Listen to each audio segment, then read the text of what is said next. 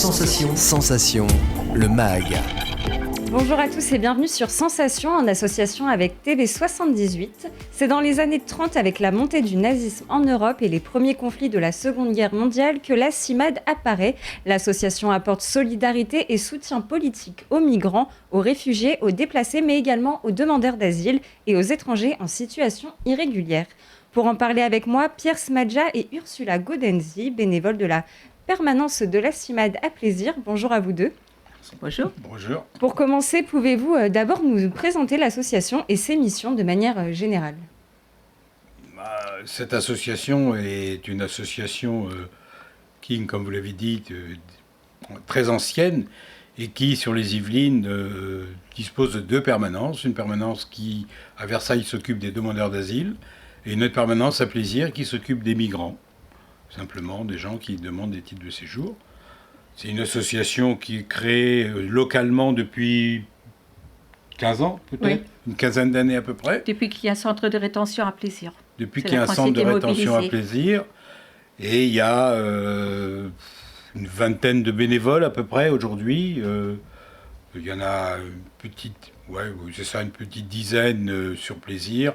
Et puis une petite dizaine sur Versailles. C'est pas tout à fait équilibré, mais bon, ça dépend. Et donc l'association, elle est présente en région. En Île-de-France, on compte 9 permanences de la CIMAD. Depuis 2010, la permanence de Plaisir existe. Quelles sont, vous, les spécificités de cette permanence et les actions que vous menez localement ? Mais nous recevons des migrants qui veulent avoir des titres de séjour. Et donc, on étudie avec eux, on leur pose des questions, savoir depuis combien de temps ils sont en France, quelle est leur situation familiale ou autre, ou de travail. Et donc, on voit avec eux quel type de titre de séjour ils peuvent éventuellement demander, ou s'ils sont prêts à le faire ou pas. Donc, on les conseille aussi de ne pas le faire trop tôt, parce que si c'est trop tôt, ils vont tomber dans la trappe. Et ils auront une obligation à quitter le territoire français. Et donc, vous recevez beaucoup de personnes, on imagine. Et d'où viennent la plupart de ces personnes que vous recevez ? Il y a des profils types ou c'est assez varié ? Il y a des femmes avec enfants. Il y a beaucoup d'hommes qui n'ont pas d'autre moyen d'être régularisés que par le travail, parce qu'ils n'ont pas de femmes ni enfants, Et ils viennent pour beaucoup, on a un petit peu de partout, mais surtout d'Afrique. Et surtout d'Afrique francophone, parce que c'est eux qui veulent rester en France. Et est-ce que, en échangeant avec eux, vous connaissez les raisons principales pour lesquelles ils viennent en France ? C'est souvent, il y a différents types, c'est souvent des problèmes gérés économiques qui les poussent effectivement à venir en France, puisqu'ils n'arrivent pas à vivre correctement chez eux. C'est pas généralement de gaieté de cœur qui font le voyage jusqu'en France avec toutes les difficultés qu'il peut y avoir. Alors il arrive aussi qu'il y ait des personnes qui sont déjà en France depuis un petit moment et qui demandent ce qu'on appelle le regroupement familial, c'est-à-dire de demander effectivement à ce que la famille revienne. Donc c'est ce genre de questions qui peut se poser, mais c'est aussi beaucoup de personnes qui sont dans une grande précarité du point de vue géré économique et qui tentent de venir en France pour essayer de s'en sortir, tout simplement. Ils savent que s'ils restent là-bas, ils vont mourir de faim, et donc ils risquent les dangers du voyage, la Méditerranée ou en Libye où ils sont maltraités, torturés, etc. Donc, s'ils savent ce qui leur arrive, ce qui les attend sur la route, et si le risque malgré tout, c'est que vraiment, c'est pas vivable là où ils sont. Voilà. Alors, effectivement, l'autre problème, c'est que, c'est l'Europe qui les attire dans un premier temps, mais effectivement, nous, on reçoit plein de personnes qui sont d'origine francophone, parce que c'est plus facile à s'intégrer quand on connaît la langue, tout simplement. Donc voilà. Mais on reçoit aussi des personnes qui sont des demandeurs d'asile, mais il faut qu'ils fassent leur demande dans le premier pays d'accueil. Ça, c'est Dublin. Tant Et, qu'ils sont, oui. Et il n'a pas justement, en parlé. parlant de l'Europe, donc le Conseil de l'Union européenne a décidé le 4 mars d'appliquer pour la première fois depuis 2001 la protection temporaire aux Ukrainiens dans le contexte de la guerre en Ukraine. Comment avez-vous accueilli cette nouvelle, vous qui êtes habitué à recevoir des personnes qui fuient des situations de crise? Oh ben, on a accueilli ça avec joie. On est content qu'il soit reçu. Mais on aimerait aussi que les Afghans, les Syriens et d'autres qui sont dans des situations de guerre similaires soient traités de la même façon. Justement, vous vous engagez pour que cette mesure soit appliquée à d'autres réfugiés, d'autres migrants, d'autres personnes Ça, c'est le côté politique de la CIMAD, qui ne nous concerne pas directement dans notre permanence, mais qu'on soutient par des pétitions. Et puis là, c'est les plaidoyers, Oui, c'est tout Oui, ce qui est le travail. plaidoyer et tout le travail, entre guillemets, vis-à-vis des politiques pour effectivement effectuer des modifications par rapport aux droits d'aujourd'hui. Hein, c'est-à-dire qu'effectivement, la CIMAD, indépendamment de ses actions de permanence, a des actions de plaidoyer et d'action vis-à-vis des politiques.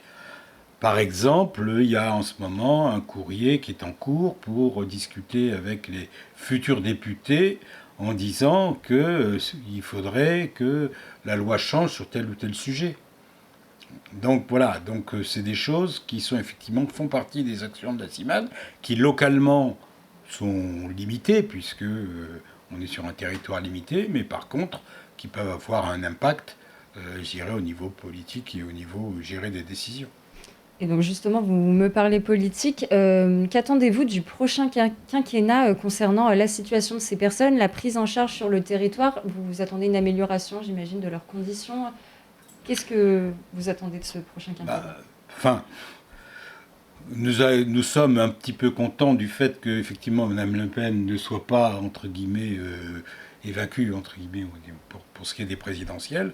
Cela dit, les propositions de M. Macron, nouveau président de la République, sur le sujet, ne nous conviennent vraiment pas beaucoup.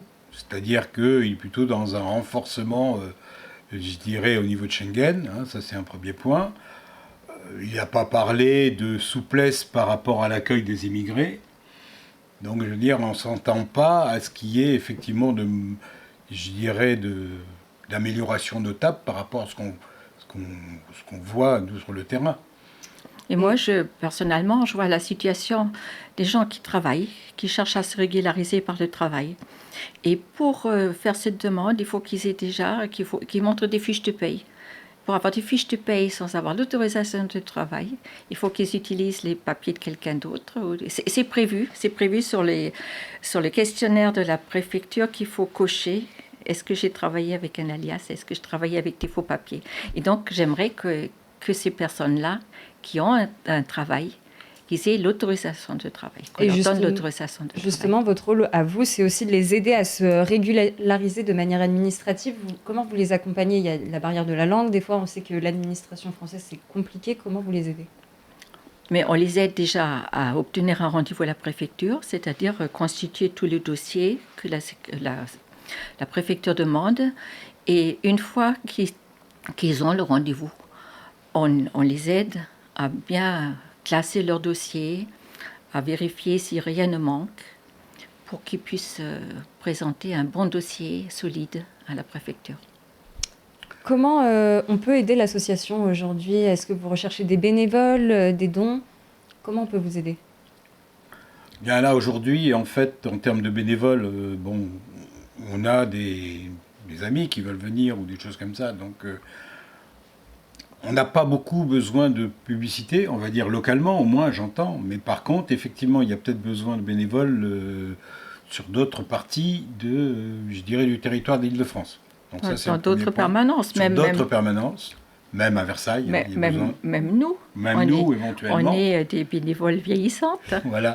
Voilà, donc il y a ça. Donc ça, c'est le premier point. Alors effectivement, donc, le fait de se faire connaître, ça peut être un bon moyen, ça c'est le premier point.